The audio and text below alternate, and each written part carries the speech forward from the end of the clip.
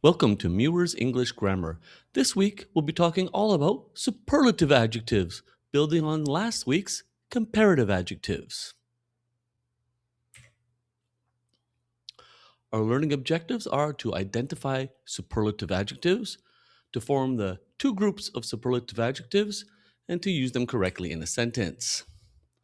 Okay, our learning methods, once again, I do, we do, and you do again. Now, this is the last time I'm going to show this because in 2 weeks, when I come back, we're starting a new unit and hopefully you will already know this.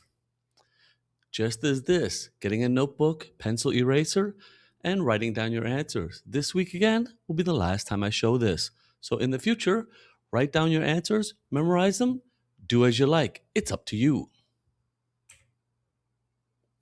Okay, a superlative adjective.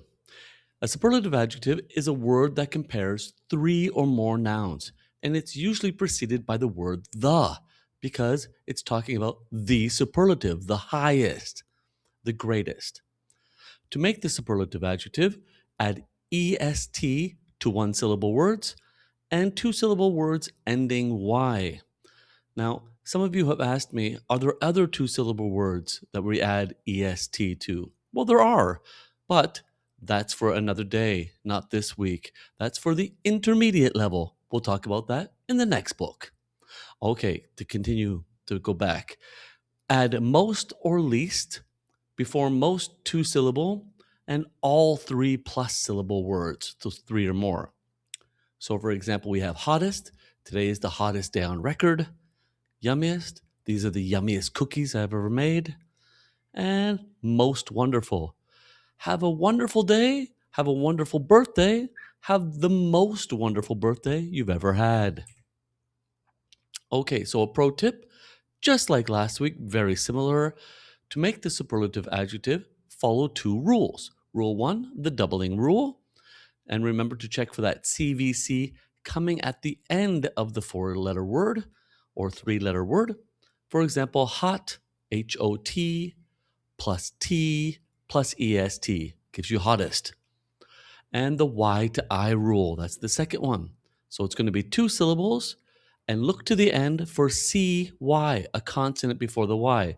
Remembering, if there's a vowel before the Y, you don't change the Y. But if there's a consonant, change the Y to I, then add EST.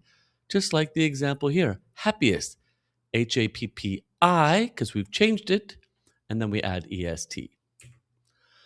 Okay, so let's work together and form the superlative of each of the following by spelling them out. Remember, just shout out the answers with me.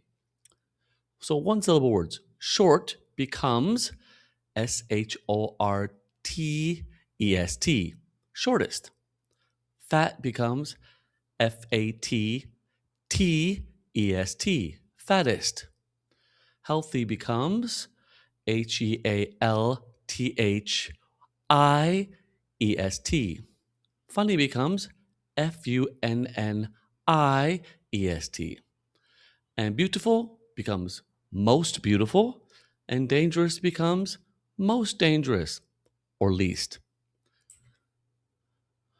Okay, so on your own, circle, or in your case, write them down. Or if you write the whole sentence, write the whole sentence with the correct word, circling the correct word so that way you know which it is. So the summer is the hottest or hotter ever.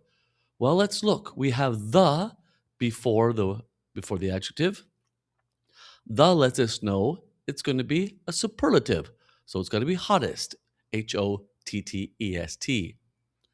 George is the most funniest student. Well, if you have EST, can you also add most? No, of course not. So we know George is the funniest, F-U-N-N-I-E-S-T. And Steve is the most intelligent or intelligent teacher.